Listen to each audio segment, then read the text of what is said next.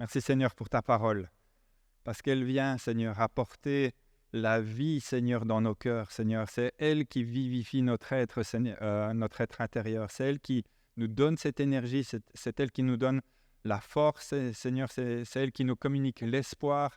C'est elle qui, Seigneur, nous permet, Seigneur, de marcher sur un chemin droit, Seigneur, devant ta face, humblement, Seigneur. Et nous te demandons de bénir cette parole encore ce matin, Seigneur. Amen. Ça va, vous l'avez ce titre?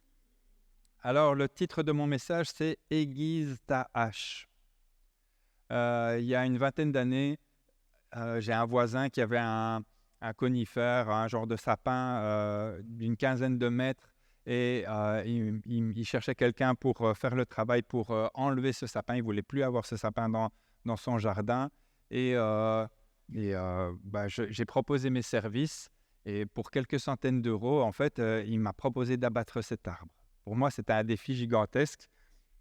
Et à l'époque, j'étais jeune, j'étais dynamique, j'étais plein de force, mais peut-être que je n'étais pas très sage, parce que j'ai abattu cet arbre à la scie.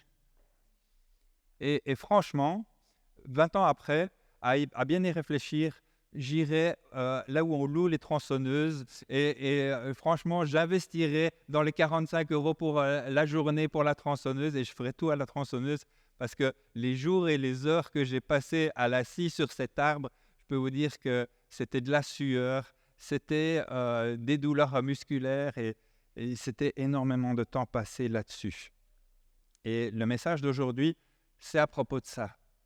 Est-ce que toi aussi, tu veux recevoir de la sagesse divine et à un moment dans ta vie, t'arrêter pour investir dans quelque chose qui tranche bien, dans un outil qui tranche bien? Est-ce que tu veux faire ça? Alors, vous savez que j'aime le français, que j'aime la langue française, que j'aime les jeux de mots. Et donc, en sous-titre, je vous adresse une première question ce matin. Est-ce que tu es fourbi ou est-ce que tu es fourbu? C'est extraordinaire en français. En fait, tu changes une seule lettre et ça n'a plus rien à voir. Et ce matin, c'est carrément deux mots opposés. Alors, on peut regarder ça ensemble. Alors, fourbir, c'est polir une arme pour la préparer au combat, pour qu'elle soit prête à être utilisée. D'accord? On va nettoyer un objet de métal de façon à le rendre brillant, l'astiquer, le nettoyer, le polir. Par exemple, on parle des armes fourbies. Et au figuré, on parle de fourbir ses armes en disant se préparer à la guerre ou se préparer à un danger, à une épreuve. D'accord? Donc, est-ce que tu es fourbi? Tu es prêt à être utilisé dans le combat et dans l'épreuve? Tu es chaud là? Si l'épreuve arrive, tu es prêt? Ou bien est-ce que tu es fourbu? Tu es harassé, tu es très fatigué, tu es éreinté, moulu, crevé, vidé. Fourbi ou fourbu? Les fourbus, j'ai appris des mots, j'apprends des mots tout le temps. La fourbure, en fait, c'est quand le sang afflue dans les pattes du cheval et il ne peut plus rien faire. En fait, il a tellement travaillé, en fait, qu'il n'en peut plus. Voilà, je veux dire, il y a une congestion du sang dans les pattes et il va vous être... il faut qu'il prenne un temps de repos. Alors, pour ceux qui ne nous connaissent pas, on n'est pas un groupe de bûcherons. Je veux dire, je ne vais pas donner une conférence sur les bûches et sur la manière de couper du bois, mais il y a une métaphore.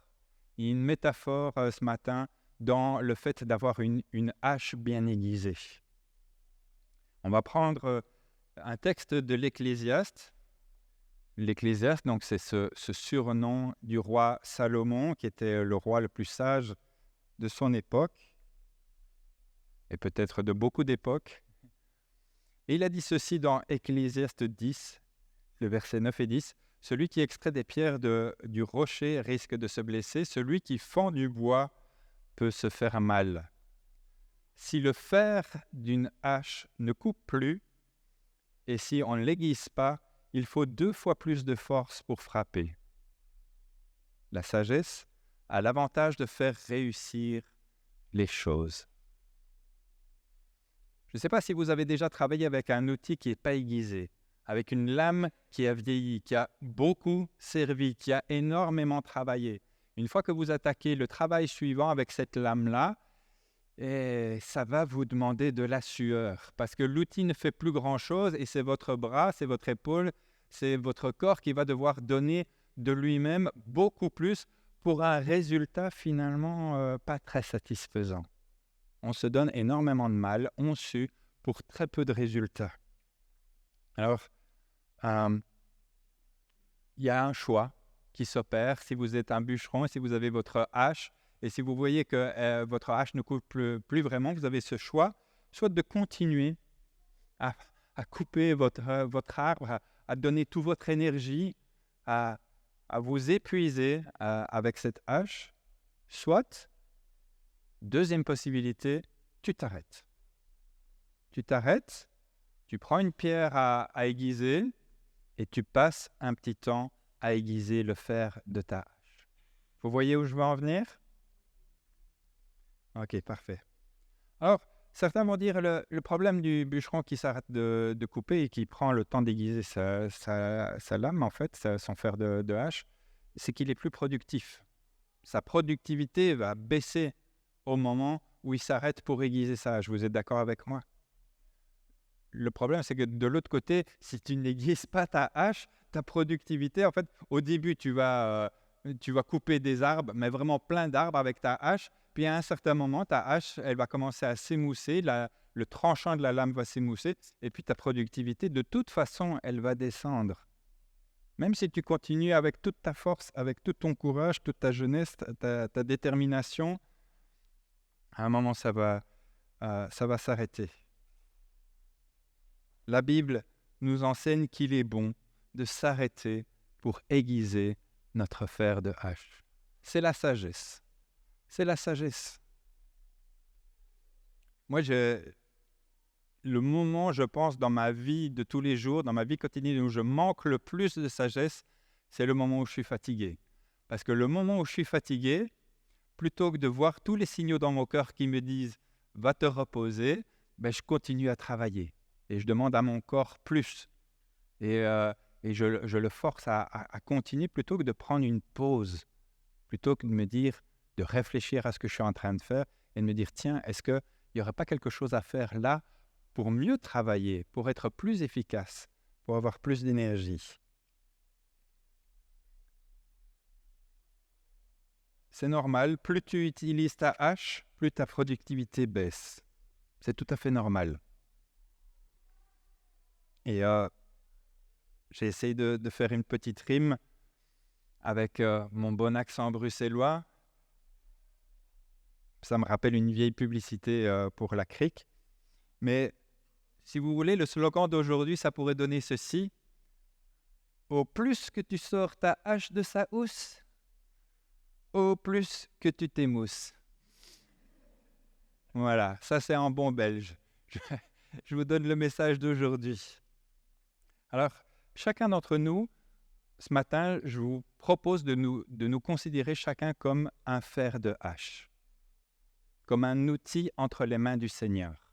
Vous êtes un outil entre les mains du Seigneur et je vais me comparer à un fer de hache. D'accord? Dieu nous a confié, Dieu nous a transformés, il nous a transportés dans son royaume. Il a fait de nous un outil et il a fait de nous un outil tranchant. Un outil capable de travailler, capable de servir, capable de pouvoir avoir un impact dans nos familles, dans notre travail, dans le monde, capable de servir dans l'Église, d'accord? Et cet outil est tranchant. Et pour conserver notre efficacité, pour conserver ce tranchant, ce fil tranchant, eh bien, il est important de pouvoir de temps en temps l'aiguiser. Vous savez que la Bible nous enseigne aussi à travers les proverbes, c'est toujours le même auteur, c'est toujours Salomon qui parle ici. Vous savez que, en fait, en se frottant les uns aux autres, on s'aiguise. Les relations entre nous, en fait, nous permettent de nous aiguiser. On voit ce cuisinier là qui est en train de frotter le fer sur l'image suivante. Hein, il est en train d'aiguiser métal contre métal, il frotte son couteau sur une pierre à aiguiser, sur un outil à aiguiser, je ne sais pas comment ça s'appelle, je ne suis pas cuisinier, je n'ai pas pris le temps de me renseigner. Mais Proverbe 27 nous dit ceci: « Tout comme le fer aiguise le fer, l'homme s'aiguise au contact de son prochain. » Nous avons besoin dans le royaume de Dieu de pouvoir utiliser les relations comme une ressource pour pouvoir rester aiguisé, pour pouvoir rester avec un fil tranchant, pour que notre fer de lance, fer de hache reste aiguisé.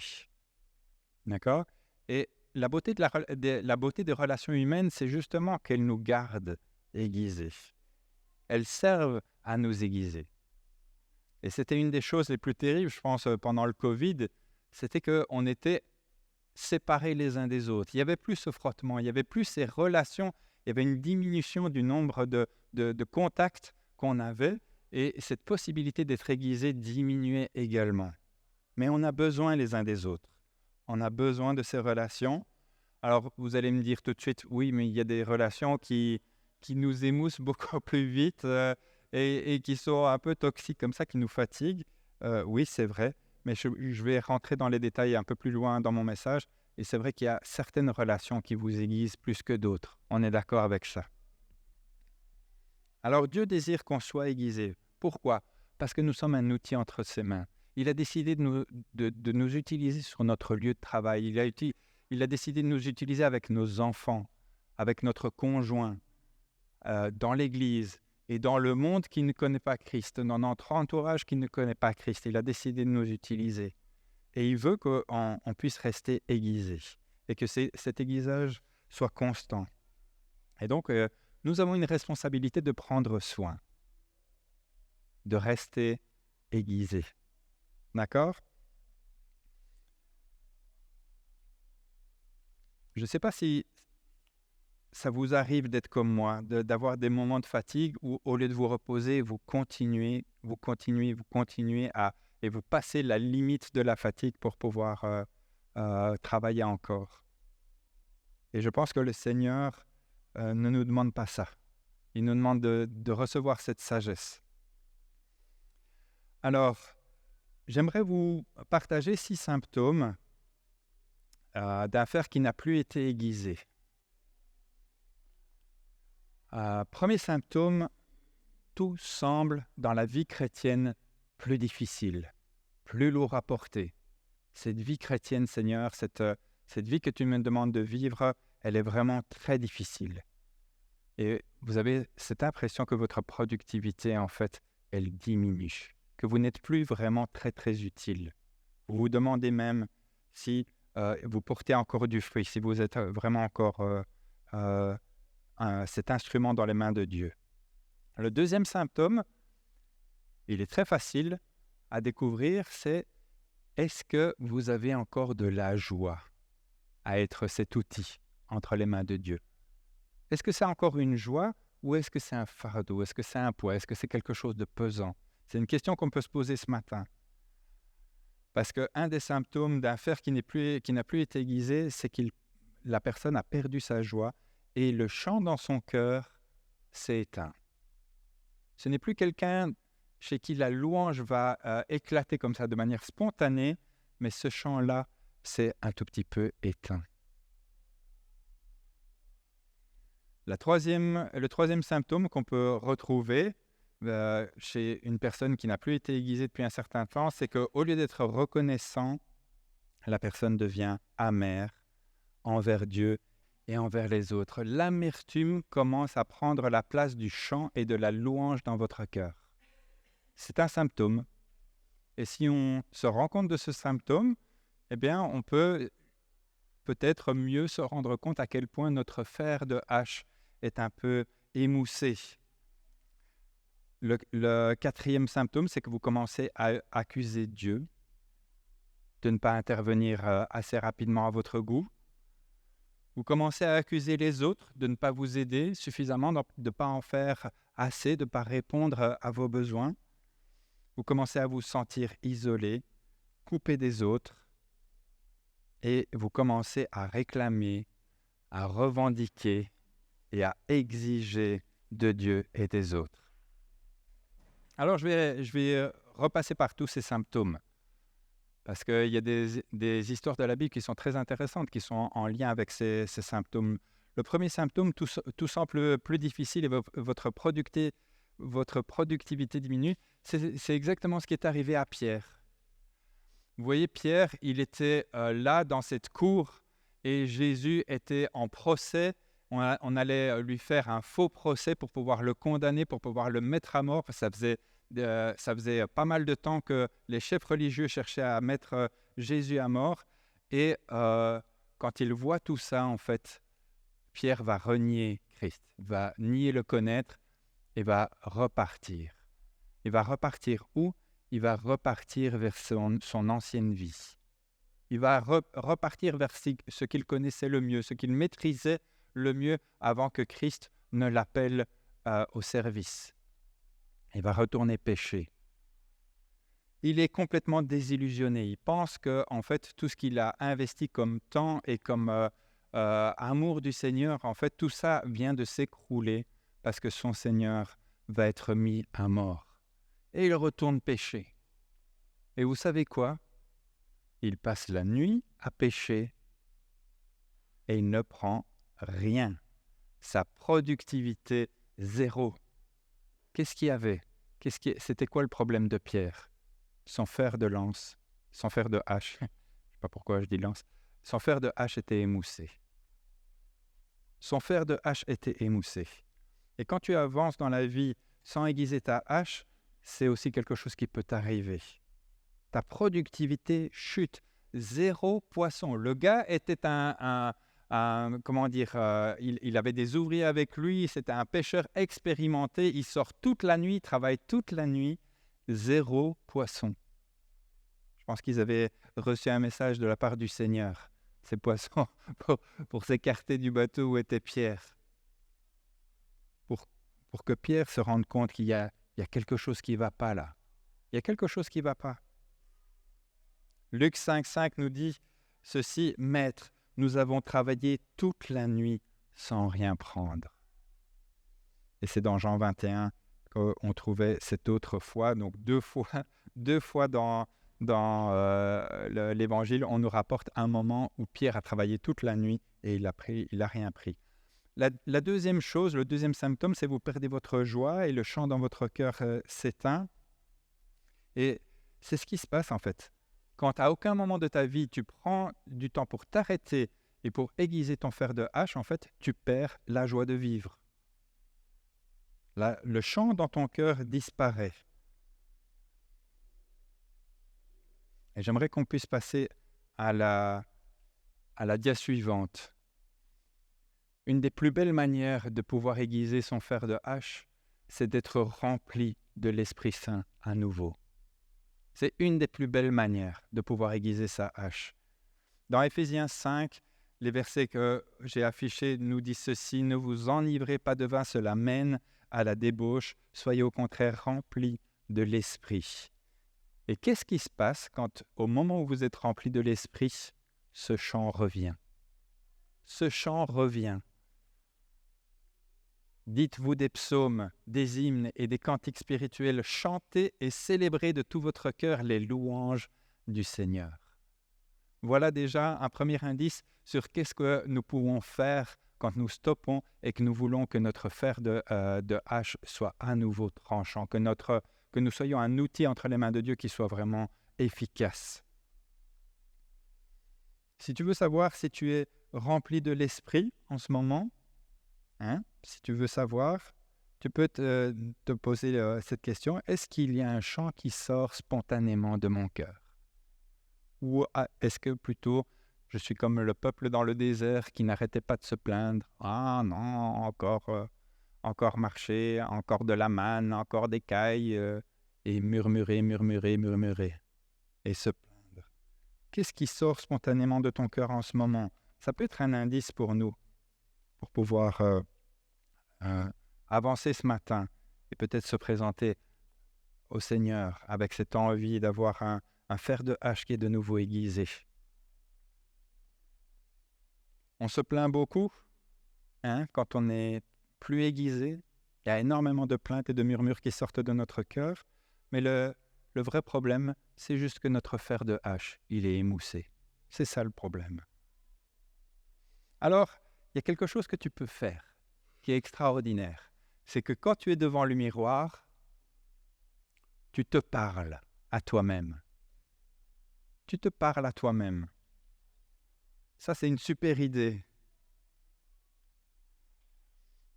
J'ai pris une citation d'un docteur théologien anglais qui est décédé au début des années 80, qui s'appelle Martin Lloyd Jones, une petite faute d'orthographe. Et en français, ça donne ceci: le principal problème du thème de la dépression spirituelle est ceci en un sens: nous nous écoutons au lieu de nous parler à nous-mêmes. En fait, le matin, quand tu te réveilles, c'est quoi les premières pensées qui te viennent? C'est quoi ces voix qui te parlent à toi-même? Tu te parles à toi-même, hein? Tu entends toutes ces voix. Oh là là, tu t'assieds sur le lit, tu te dis: oh, punaise! Je-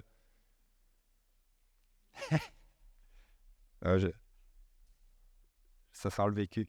Et il y a toutes sortes de pensées qui viennent sur nous-mêmes quand on se lève le matin. Et on entend ces voix, notre propre voix, on l'entend. Et parfois, c'est des paroles assez décourageantes, en fait, dès le matin. Dès le matin.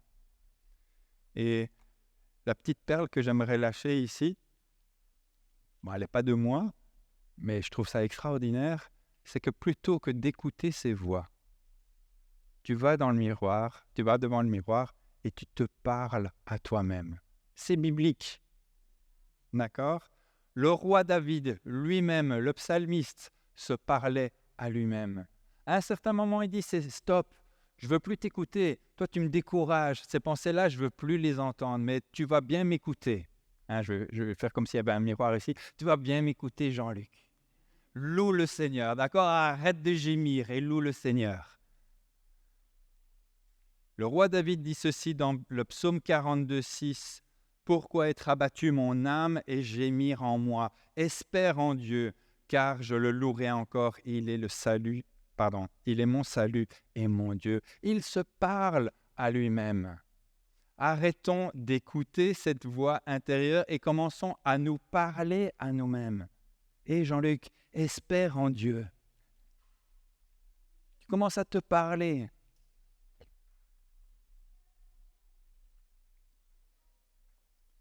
Alors, le troisième symptôme, c'était la reconnaissance. Au lieu d'être reconnaissant, on devient amer. En fait, la joie et la reconnaissance, ils voyagent main dans la main. Ce sont deux choses qui vont ensemble dans la vie. Quand tu perds ta joie, généralement, tu perds aussi ta capacité à apprécier les personnes, les choses, ce qui t'arrive. La suite du verset que je vous ai donné tout à l'heure, dans Éphésiens 5, après chanter et célébrer de tout votre cœur les louanges du Seigneur, la suite, c'est remercier constamment Dieu le Père pour tout, au nom de notre Seigneur Jésus-Christ. Alors pour tout, entendons-nous bien en fait. Parce que il y a un certain temps, il y a des années en arrière, c'est pas quelqu'un que vous connaissez, donc je peux en parler librement, mais il y avait un chrétien dans notre entourage, dans notre église, en fait, il disait merci pour tout et tout le temps. Et c'était un peu agaçant en fait. Je vous donne un exemple. C'est, je sais pas moi, il y avait, je sais pas, le sel, le pot de sel sur la table, quelqu'un qui prenait le plat et puis qui faisait tomber le sel, et il y avait du sel partout, et il disait merci Seigneur. Et il disait merci, mais n'importe quand, et pour n'importe quoi. Et nous, on était agacés qu'il était tout le temps dans... Enfin, il avait dit, il avait dû lire une fois dans sa vie, soyez toujours reconnaissants, mais du coup, il disait merci, mais pour tout et n'importe quoi. C'est pas de ça que je veux parler ce matin. Si tu renverses un truc, et tu vas pas dire merci Seigneur parce que voilà, j'ai plein de trucs à nettoyer maintenant, c'est super, chouette. Non, tu vas peut-être remercier le Seigneur pour d'autres choses. Merci Seigneur parce que c'est toi qui renouvelles mon courage quand je suis face à ce genre de situation. Merci Seigneur parce que en toi, je peux trouver des trésors de patience que je n'ai pas quand ce genre de situation m'arrive. Hein. Premier jour de rentrée, jeudi, je rentre avec les premières secondaires, j'arrive à 500 mètres de l'école. Ma fille qui a le mal de voiture, qui se met à vomir, mais tout, tout ce qu'elle avait mangé sur les 24 heures, elle commence à le vomir. Moi, j'avais eu un accident sur l'autoroute, j'étais déjà en retard, c'était le premier jour d'école, je suis en retard, ma fille vomit dans la voiture. Je me dis, waouh, génial, la rentrée, je me réjouis. Non, je n'étais pas comme ça, je n'étais pas en train de remercier. J'étais plutôt en train de râler, je peux vous dire. Mais après, voilà, le Seigneur nous donne la patience. Le Seigneur nous renouvelle la patience. Il a des trésors de patience pour celui qui en manque. Il a des trésors de sagesse pour celui qui en manque. Merci Seigneur pour cette épreuve parce que je sais que tu vas m'enseigner des choses à travers ça. Tu vas me faire grandir. Je vais pouvoir puiser. Peut-être que je vais devoir passer du temps à genoux devant toi pour la traverser, mais je sais que j'en sortirai vainqueur parce que je suis avec toi. Tu es avec moi. Si tu sais dire merci, si tu sais être reconnaissant envers les gens qui t'entourent, tes enfants, ton conjoint, les autres employés dans l'entreprise, etc., si tu sais être reconnaissant, c'est un signe que ta hache est bien aiguisée. Et je pense qu'il y a une culture dans l'Église qui doit continuer de se développer toujours et constamment. C'est la culture de l'honneur, savoir honorer celui qui a travaillé, savoir dire merci, savoir être reconnaissant, pouvoir dire mais waouh, merci, tu apportes tellement dans le service que tu fais. C'est quelque chose qui est un signe que notre hache est bien aiguisée. Le numéro 4 de ces symptômes, c'est vous commencez à accuser Dieu et les autres. C'est la suite logique. Une fois que vous avez perdu la joie, une fois que vous avez perdu la reconnaissance, tu vas commencer à pointer du doigt. Tu vas commencer à pointer du doigt les autres. Et mon exemple biblique, c'est Marthe. Vous connaissez Marthe? Une amie de Jésus. Quelqu'un qui aime énormément le Seigneur Jésus. Quelqu'un qui aime ouvrir sa maison pour que Jésus vienne avec ses disciples. Et elle aime l'accueillir. C'est quelqu'un chez qui Jésus aime bien se retrouver. Et un jour qu'ils sont là-bas, en fait, Jésus va enseigner tous ceux qui sont là. Et la sœur de Marthe va s'asseoir au pied de Jésus, va écouter Jésus. Et Marthe va courir, mais dans tous les sens, dans toute la maison. Elle va s'activer comme une dingue. Et à un certain moment, elle n'en peut plus. Elle va intervenir et elle va commencer à accuser. Elle est disposée à servir. C'est une femme qui vraiment a un cœur pour servir. Elle est disposée à cuisiner, non seulement pour Jésus, mais pour toute la clique qui est avec Jésus, tous les disciples qui voyagent avec lui. Et au moment où elle est là dans la cuisine, il n'y a personne pour l'aider. Et sûrement que d'habitude, c'est Marie qui l'aide, mais là, ce jour-là, Marie, elle a fait un choix, elle s'est assise au pied de Jésus. Et donc, elle se retrouve seule. Et sûrement qu'à un moment donné, elle a dû envoyer des signaux à sa sœur. Hein?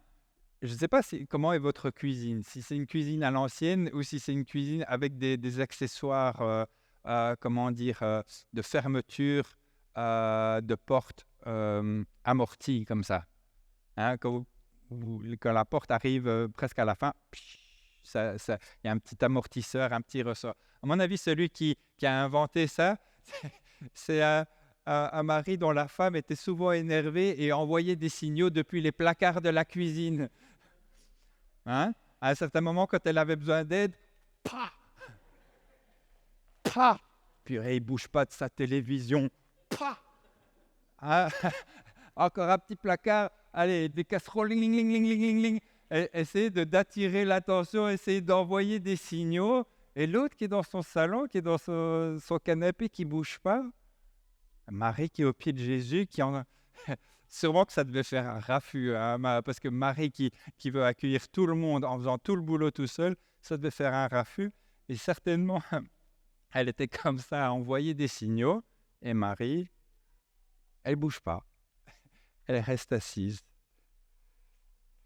Ah là là, Seigneur, toute cette situation, quand même, c'est de ta faute, hein.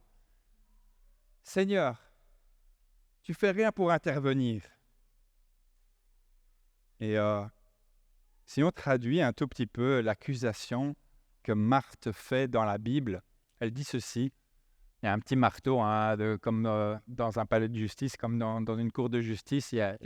Marthe, c'est l'accusatrice. Si tu te souciais vraiment de moi et de ce que je fais pour toi, Seigneur, alors tu serais intervenu. Tu as eu tort de ne rien dire et Marie a eu tort de ne pas venir m'aider. L'accusation est très claire. Elle y va pas par quatre chemins, Marthe, hein. Elle envoie l'accusation sur le Seigneur et elle envoie l'accusation sur Marie. Waouh! Elle avait tellement besoin d'aide et il n'y a personne qui est venu. L'accusation, c'est le symptôme suivant. Pourtant, c'est une femme de Dieu. C'est une femme de Dieu. Une personne qui accueille Jésus. Mais je pense que ça fait un certain temps que la hache de Marthe est un tout petit peu émoussée. Alors, je ne sais pas si vous avez remarqué, mais Marthe, en fait, elle se sent vraiment très seule. Elle se sent vraiment très seule dans son service. Elle a fait le mauvais choix par rapport à Marie, et ce mauvais choix, il a une conséquence. C'est qu'elle se sent déconnectée de Jésus, elle se sent déconnectée des autres. Elle a l'impression qu'elle est toute seule face à la tâche à accomplir. Alors qu'il y a pas mal de monde dans la maison, hein. Mais elle s'est sentie déconnectée. Et à la fin de l'histoire, Jésus a répondu à Marthe, « Marie a choisi la bonne part, elle ne lui sera pas enlevée. » Alors qu'est-ce que Marie a choisi comme part? Marie a choisi de s'arrêter. Peut-être que Marie aussi, sans faire de lance, était émoussée. On ne sait pas. L'histoire ne regorge pas de détails, mais en tout cas, Marie, elle s'est arrêtée. Elle s'est assise là, au pied de Jésus. Et les paroles de Jésus, ça a commencé l'aiguisage de Marie. Ça a permis un temps d'aiguisage. Parce que quand Jésus parle dans ta vie, ça aiguise de nouveau ton fer de hache et tu es de nouveau aiguisé. Parfois, peut-être que le Seigneur va te dire, il est temps pour toi que tu jeûnes. Il est temps pour toi que tu sautes un repas. Il est temps peut-être que tu sautes plusieurs repas pour rechercher ma face parce que ton fer de hache est émoussé et le temps par lequel je te permets de retrouver ce fil de la hache tranchant, c'est un temps de jeûne. C'est possible. En tout cas, Marthe, elle se sentait seule. Et toi? Est-ce que ça t'arrive parfois de te sentir complètement seul et déconnecté des autres? Si tu te sens déconnecté des autres et seul, c'est possible que ça soit un signe qu'il est temps de s'arrêter et d'aiguiser le fer de hache. Alors après les accusations viennent les revendications. Marthe, elle va plus loin. Une fois qu'elle a fini d'accuser le Seigneur et une fois qu'elle a fini d'accuser Marie, elle va venir avec ses revendications et ses exigences. C'est même plus des demandes, c'est des exigences. Et elle dit au Seigneur, « Dis-lui donc de venir m'aider. » Waouh! Quelle manière de s'adresser au Maître de l'univers. Quelle manière de s'adresser au Seigneur de la terre. Ah, je sais pas si vous étiez à la place du Seigneur et qu'on vous parle comme ça, vous réagissez comment? Comme Robert De Niro dans Taxi Driver? C'est à moi que tu parles? C'est à moi que tu parles? Et le Seigneur Jésus, il est juste incroyable. Il est juste incroyable. Quand le Seigneur Jésus te répond, c'est jamais comme nous on aurait répondu. C'est juste incroyable. Mais Marthe, elle a vraiment pris la confiance, hein, comme disent les jeunes. Elle a vraiment pris la confiance. Il y a un groupe de disciples qui sont là. Il y a Jésus, le Messie, l'envoyé de Dieu, qui est là au milieu, en train d'enseigner, en train d'aiguiser tout le monde. Elle interrompt tout et elle dit, vas-y, maintenant tu lui dis de m'aider. Est-ce que des fois on n'est pas pareil dans nos prières? Est-ce qu'on n'est pas en train de donner des conseils à Dieu sur ce qu'il devrait faire? Seigneur, si tu veux un conseil, hein, t'inquiète, je suis là. Je vais te dire ce qui serait bien que tu fasses. C'est comme ça que Marthe s'est présentée au Seigneur devant tout le monde. Waouh! Son fer de hache était vraiment émoussé. Mais la réponse du Seigneur Jésus est extraordinaire et j'aimerais m'y arrêter quelques instants. Parce que je ne pense pas qu'on mesure la puissance de la réponse du Seigneur Jésus.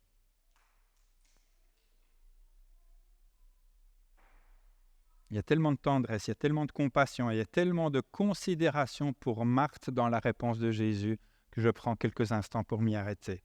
Il va lui dire « Marthe, Marthe, tu t'inquiètes et tu t'agites pour beaucoup de choses. »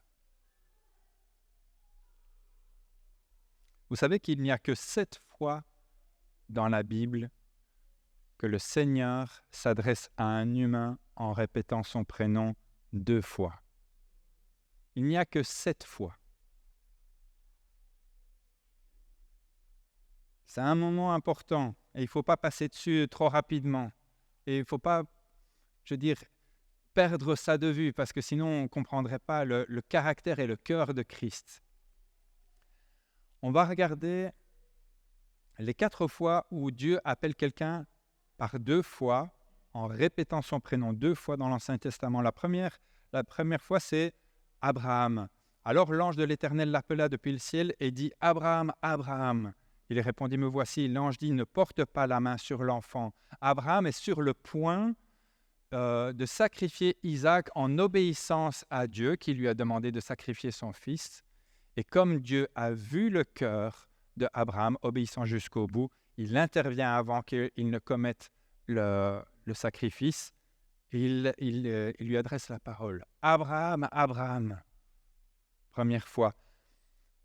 Dans Exode 3, Dieu appelle Moïse du milieu du buisson. « Moïse, Moïse !» Il répondit « Me voici ». Dieu dit « Ne t'approche pas d'ici, retire tes sandales, car l'endroit où tu te tiens est une terre sainte. » Des rencontres extraordinaires de Dieu avec des hommes qui ont bouleversé la foi, qui ont bouleversé l'histoire. Et Dieu va répéter le prénom. Encore une fois avec Jacob. Jacob, le père de la nation d'Israël. Dieu parla à Israël dans une vision pendant la nuit. Il dit « Jacob, Jacob ». Israël répondit « Me voici ». Dieu dit « Je suis Dieu, le Dieu de ton père. N'aie pas peur de descendre en Égypte, car là-bas je ferai de toi une grande nation. » Un tournant dans la vie de Jacob. Il ne voulait pas descendre en Égypte. C'était ses enfants qui étaient partis et qui avaient reconnu Joseph, ce fils perdu. Et Dieu intervient et envoie Jacob en Égypte pour que là-bas, il devienne une grande nation. Parce que s'il reste là où il est, c'est la famine. C'est sûr qu'il ne va pas être une grande nation s'il reste dans un endroit où il n'y a rien à manger. 4e et dernière fois, l'Éternel vint se tenir près de lui. Lui, c'est le prophète Samuel, et appela comme les autres fois « Samuel, Samuel ». Samuel répondit « Parle, car ton serviteur écoute ». Ce sont des moments de rencontre entre l'homme et Dieu qui sont ultra importantes pour le peuple de Dieu et pour l'histoire de ces hommes. Des rencontres profondes.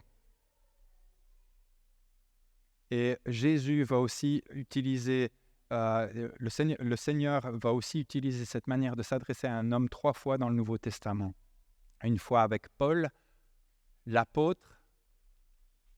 Il tomba par terre et entendit une voix lui dire « Saul, Saul, pourquoi me persécutes-tu » Il répondit « Qui es-tu, Seigneur ?»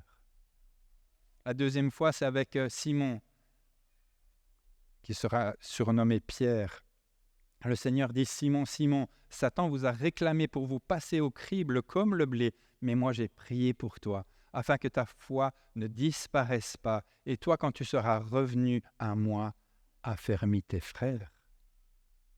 Le Seigneur Jésus connaissait à l'avance la trahison de Pierre, et lui annonçait déjà les choses à l'avance. Et toi, quand tu seras revenu à moi, affermis tes frères. Waouh!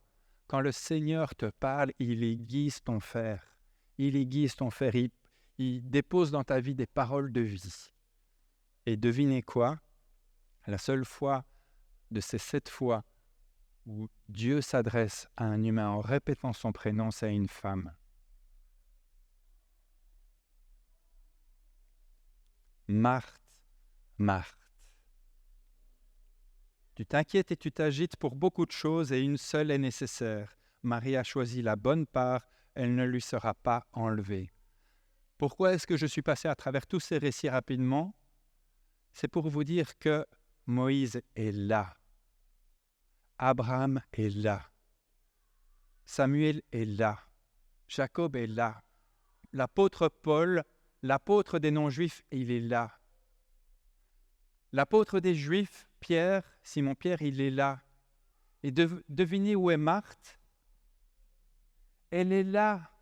Le Seigneur Jésus la met au même niveau que Moïse, que Abraham.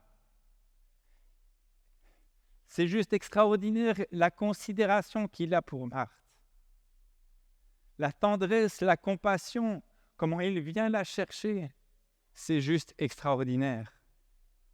Il y a une force et il y a un amour dans ce Marthe, Marthe.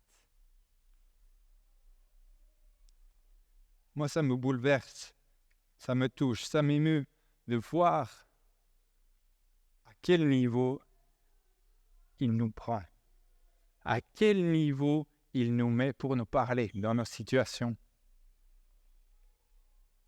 Ce que fait Jésus, ce n'est pas de pointer un doigt accusateur à Marthe. Il lui dit, Marthe, tu es là, au même niveau qu'Abraham, le père de la foi. C'est bouleversant. C'est bouleversant de voir comment le Seigneur prend soin de Marthe. Comment le Seigneur prend soin de chacun de nous quand nous sommes avec notre fer émoussé. C'est juste extraordinaire.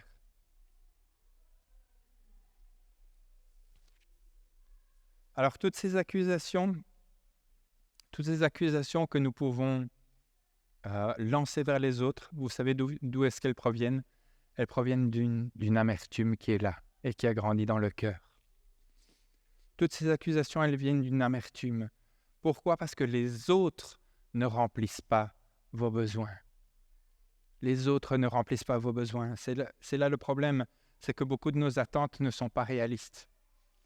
Nos attentes sont tellement, tellement hautes qu'elles sont devenues irréalistes. Et alors là, je peux vous dire que l'amertume et la frustration ne fait qu'augmenter parce que le niveau de nos attentes est beaucoup, beaucoup trop haut. Et on pense que c'est aux autres de remplir et de rencontrer ses besoins. Mais il y a des attentes qui sont tellement hautes qu'il y a seulement Jésus. Jésus seul peut remplir ce type d'attente. Jésus seul peut rencontrer ce type de besoin. Alors vous savez que Luc, quand il raconte une histoire, il est très frustrant. Parce qu'il nous raconte l'histoire de Marthe et Marie, mais il ne nous dit pas, mais qu'est-ce qu'elle a fait Marthe à la fin? Il finit pas l'histoire, mais gars, tu commences une histoire, mais vas-y, finis-la, il se passe quoi à la fin? Qu'est-ce que Marthe, elle a fait? Elle est retournée dans sa cuisine en râlant. Elle s'est assise au pied de Jésus. Elle a écouté, et il se passe quoi? Tu nous parles de 2 fils, là, le fils prodigue et le fils aîné qui est énervé parce que le fils prodigue est revenu, qu'on a fait la fête. Mais il se passe quoi avec le fils aîné? Il revient à la fête ou excusez-moi, il fait un bras d'honneur et il s'en va dans les champs? Il fait quoi? C'est quoi la fin de l'histoire?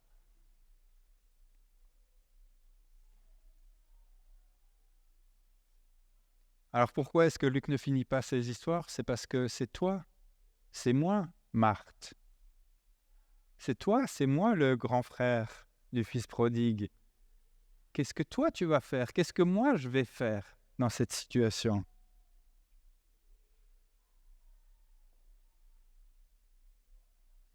Alors, vous savez, quand l'affaire de H est émoussée, euh, c'est pas parce qu'il est mal conçu, hein. C'est pas la faute du fabricant. C'est juste qu'il a beaucoup servi. Cette hache a beaucoup servi. Si vous avez une hache d'apparat, une hache qui a été construite pour mettre dans un cadre dans votre salon, ben forcément que le tranchant de cette hache, il va jamais s'émousser. Mais cette hache, elle est inutile. Elle coupe que dalle. Zéro productivité. Ceux qui sont émoussés, ce sont ceux qui travaillent et qui ont besoin de s'arrêter.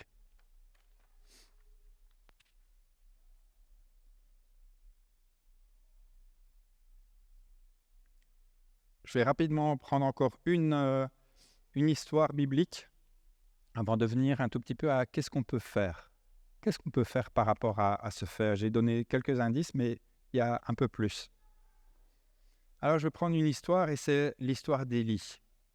Je ne sais pas si vous vous souvenez du prophète Élie, mais à un certain moment, en fait, tout le monde adorait des faux dieux en Israël. Et lui pensait qu'il était le dernier, le seul homme à continuer à rendre un culte au Seigneur, à être obéissant au Seigneur, à respecter le Seigneur. Et il va être confronté à des centaines et des centaines de faux prophètes.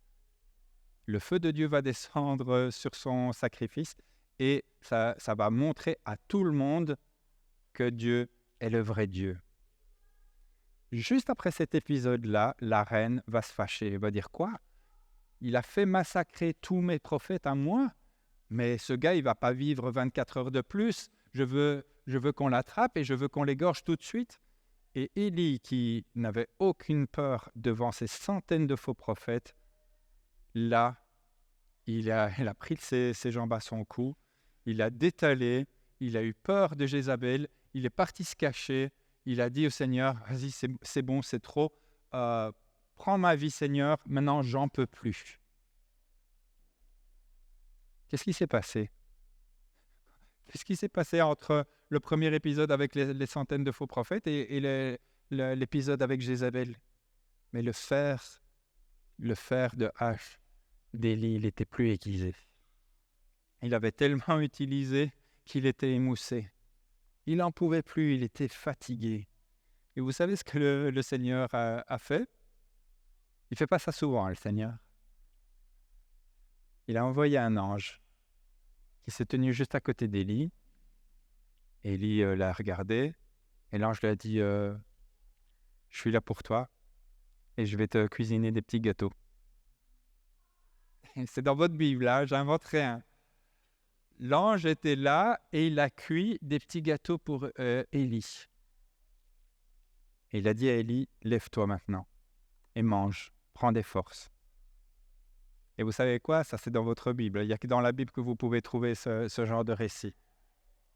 Il y avait tellement de nutrition, de nutriments, je ne sais pas comment on dit, de nutriments dans ce gâteau que Élie a marché pendant 40 jours et 40 nuits. Il est parti du nord d'Israël vers le sud d'Israël. Il a marché non-stop 40 jours et 40 nuits. Qui c'est qui veut une part de ce gâteau? C'est juste extraordinaire. Ah. Et le Seigneur intervient. Il prépare des moments. À nous de ne pas les rater. Ces moments où il va nous aiguiser. Ces moments où il va prendre un temps spécial avec nous. Il va dire, viens, tu as besoin d'être restauré.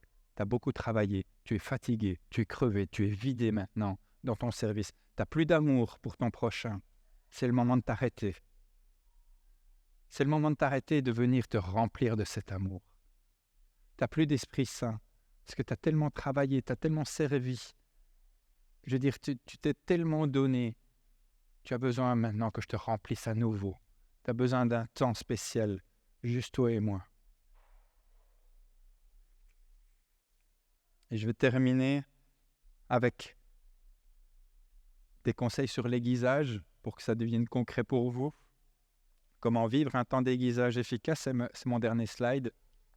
Mais déjà, la première chose est arrête d'utiliser ta hache. Arrête de couper du bois. Arrête-toi pour un moment. Pas pour ne plus rien faire, mais pour être aiguisé pour mieux faire. Vous voyez la différence? Il y en a qui s'arrêtent et qui se relèvent plus. Stoppe-toi un moment. Tu as besoin de ça.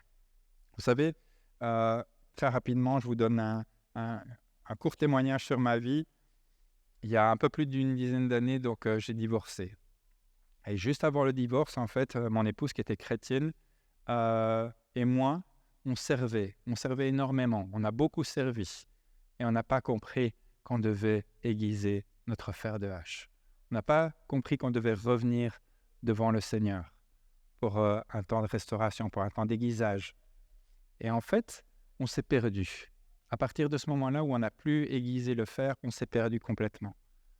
Et on a dit, on était dans l'école du dimanche, dans le catéchisme, on partageait la parole avec les plus jeunes, les ados et tout ça. Et puis on a dit, on a besoin d'un temps pour souffler un peu. Mais en fait, en vrai, on se sentait sec à l'intérieur. On était sec. On était devenu sec, en fait. Ça faisait longtemps qu'on n'était plus aiguisé. Et ce qu'on a fait, en fait, c'est qu'on a dit on a besoin d'une pause. Mais en vrai, ce n'était pas une pause, on a carrément arrêté. Mais ce n'est pas de ça que je parle aujourd'hui. Ce n'est pas de faire une pause pour ne plus rien faire. C'est de faire une pause pour que le Seigneur t'aiguise. Pour que tu travailles avec plus d'efficacité, que ta productivité explose, parce que le Seigneur aura aiguisé ta hache. Juste après ce divorce, je prends un temps pour être aiguisé et je pars en Angleterre pendant un week-end. Je suis là-bas avec des pasteurs, avec des responsables d'église. Et vous savez, c'était une époque très bizarre pour moi. J'avais pris ma tondeuse, je l'avais passée sur ma tête, j'avais la boule quasi à zéro. Je m'asseyais tout au bout, à la dernière rangée dans l'église. Je ne faisais plus rien du tout. J'étais disqualifié. Je me sentais disqualifié. Je me disais plus jamais le Seigneur ne va me confier quoi que ce soit pour le service. Plus jamais. Je suis disqualifié à vie et je pense que la seule chose que je peux encore faire, parce que j'aime le Seigneur, c'est quand même venir au culte, m'asseoir derrière et vivre le culte et puis repartir. Mais je me sentais disqualifié de tout. Et j'arrive là-bas au week-end. Je prends ce temps pour laisser le Seigneur m'aiguiser, mais je me dis, je suis illégitime. Je suis tellement illégitime au milieu de cette assemblée de responsables et de pasteurs. C'est tellement pas ma place. Et je ne sais pas si vous avez déjà entendu ça. Ces paroles, t'es illégitime, t'es pas à ta place. Je ne sais pas si vous l'avez déjà entendu. Mais à ceux qui l'ont déjà entendu, le Seigneur désire aiguiser votre fer de hache et vous redonner la parole de vie qui vous remet debout. Vous savez ce que le Seigneur m'a dit pour me remettre debout? Une seule phrase. Dans mon esprit, je l'ai entendu et je savais que ça venait du Seigneur parce que je sais reconnaître sa voix. Une seule phrase. Il m'a dit, tu es l'un d'eux. Tu es l'un d'eux. Moi, je pensais que j'étais le cheveu dans la soupe, le seul gars qui n'était pas à sa place dans cette conférence de leaders et de responsables et de pasteurs. Et le Seigneur, en quelques mots, en une phrase, me dit, tu es l'un d'eux. Je me suis relevé spirituellement basé sur cette phrase. Seigneur, tu me le dis, je me relève par la foi et j'accepte que j'aurai encore une utilité pour ton royaume.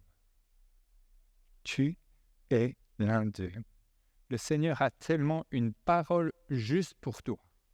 Il a une parole juste pour toi. Si tu es d'accord de te stopper et de dire « Seigneur, j'ai tellement besoin que tu m'aiguises. J'ai tellement besoin, mon fer est tout émoussé. J'ai tellement besoin de recevoir ces paroles, ton esprit, ton amour pour redémarrer. » pouvoir être un serviteur, une servante efficace.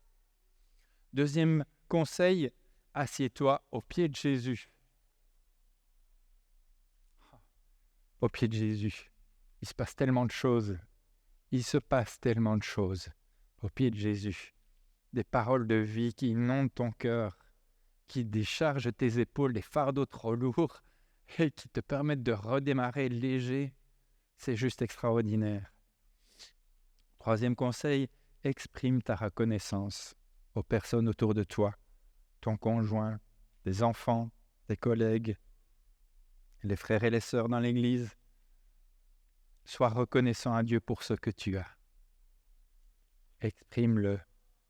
Vis dans un style de vie de reconnaissance. Commence à louer, commence à chanter pour Dieu. C'est pas grave si tu n'as pas le niveau des anges. C'est vrai, Dieu est habitué à un niveau de musique et d'harmonie qu'on ne peut pas atteindre. Mais c'est pas grave si tu chantes, voilà. Moi, je suis pas dans le service du chant. Il y a une raison bien particulière pour ça. On n'est pas tous des bons chanteurs. Hein? Ce matin, Naomi nous a étonnés là avec sa manière de reprendre certains refrains, certaines lignes là. J'étais là, waouh, merci Seigneur. Merci Seigneur. Merci Seigneur pour la louange. Merci pour ceux qui se lèvent pour chanter. Mais même si tu n'as pas le niveau des anges, c'est pas grave. C'est le cœur qui compte. Commence à louer le Seigneur, commence à chanter pour le Seigneur. Il se passe des choses dans la louange.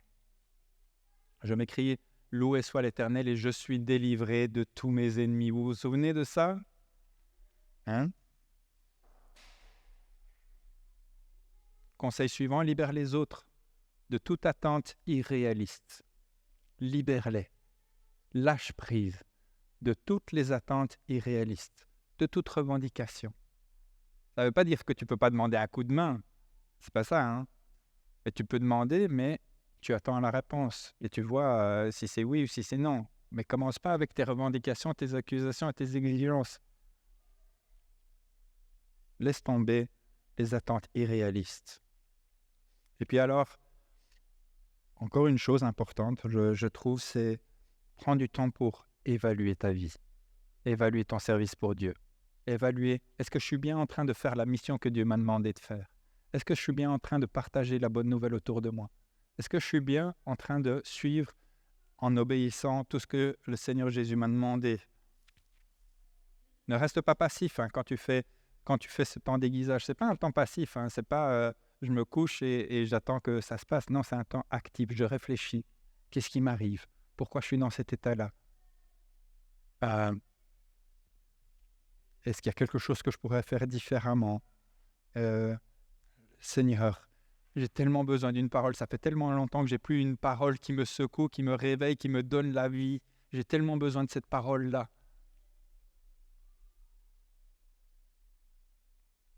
Et puis tu cherches la réponse. C'est pas quelque chose qui se fait toutes les semaines à aiguiser sa hache. C'est une saison qui prépare une autre saison.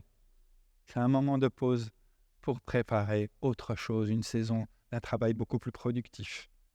Quand Jésus a parlé à Marthe, c'était exactement ce qu'elle avait besoin d'entendre. Et ça parlait exactement de son besoin.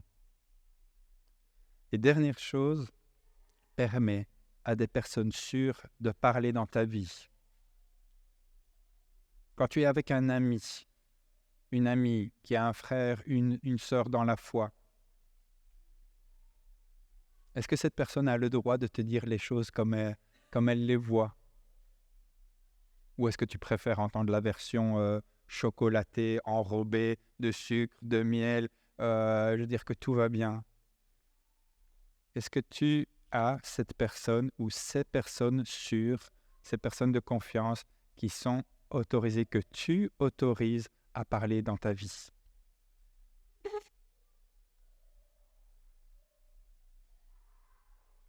On a besoin de ça. Le faire aiguise le faire. Moi, quand je suis parti à Londres, les paroles que j'ai entendues là-bas, ça m'a aiguisé. Il y a des endroits, il y a des personnes à écouter. Jésus en premier, bien sûr, mais il y a aussi des personnes humaines qu'on peut autoriser à parler et quand ils vous parlent, ils vous disent les choses comme elles sont Et vous pouvez prendre un temps pour évaluer ça et réfléchir et dire, Seigneur, c'est vrai là. Ouf, je me suis pris une claque, mais ça valait la peine qu'on me dise les choses avec amour et avec vérité. Ça valait la peine. Je vous adresse ce message, ça fait des semaines que je l'ai sur mon cœur, que je me prépare à vous le donner. J'étais évidemment extrêmement ennuyé de l'interruption pour aller aux toilettes.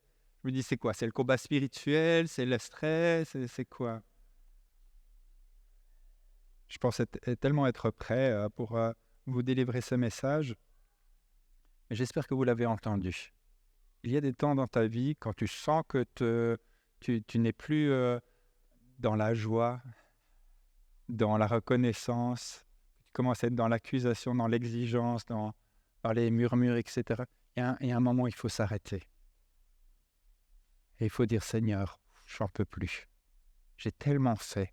Là je me sens vidé. J'ai tellement fait, je me sens vidé. J'ai tellement besoin de toi. Et le Seigneur vous propose des pistes ce matin. Je pense qu'il parle au cœur de certains et que maintenant, il y a quelque chose à faire chez vous.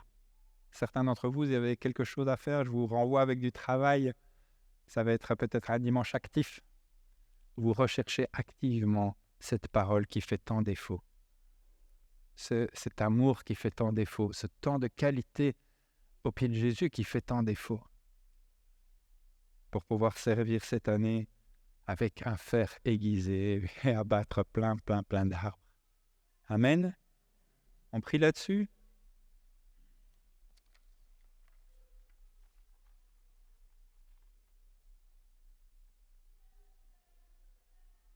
Merci Seigneur. Merci Seigneur parce que tu désires Seigneur que chacun de nous Seigneur soyons comme des haches super aiguisées qui abattons un travail formidable Seigneur, qui travaillons pour ton royaume, à l'avancement de ton royaume Seigneur, qui voyons les fruits Seigneur de notre labeur Seigneur.